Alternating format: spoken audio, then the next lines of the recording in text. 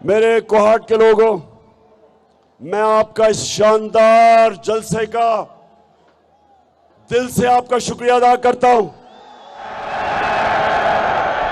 मुझे सिर्फ अफसोस है कि इतना बड़ा स्टेडियम जो भरा हुआ है, आधा स्टेडियम नजर ही नहीं आ रहा क्योंकि लाइटें नहीं हैं। शेरियार अफरीदी का इंतजाम इतना कमजोर था कि लाइटें नहीं आ रही।